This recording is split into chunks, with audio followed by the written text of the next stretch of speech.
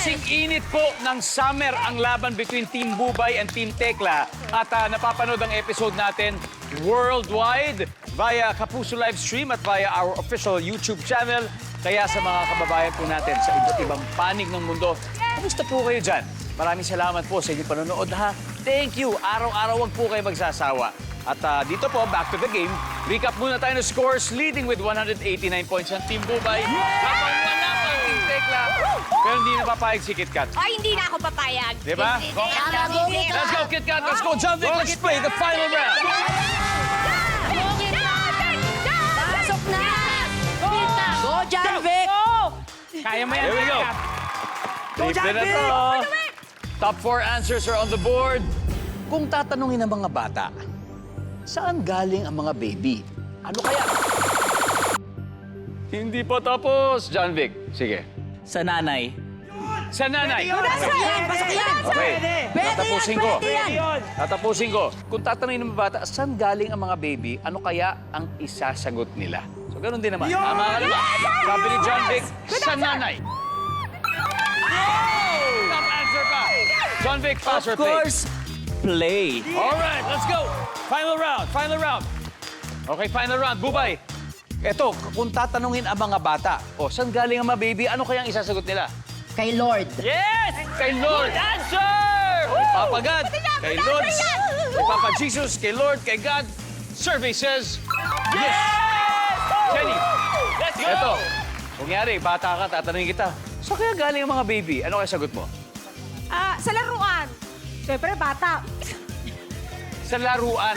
Ano? Magkaiba yun? Laruan. Laruan o Nila laruan? toy. Laruan. Sa laruan. Survey says, wala. Okay. Pita, ulit ha.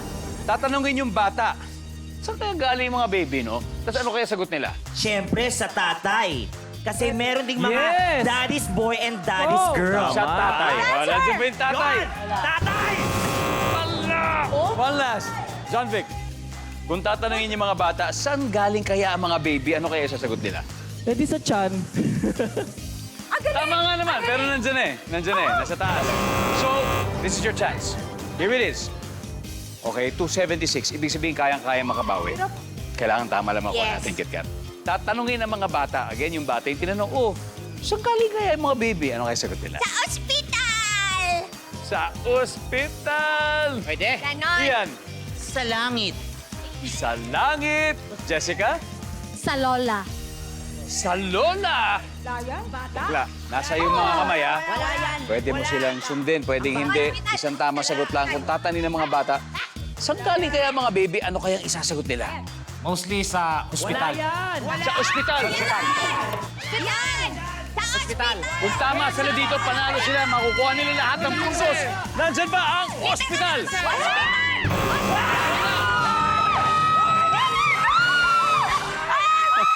Pero, Ano ba sinasurvey niya?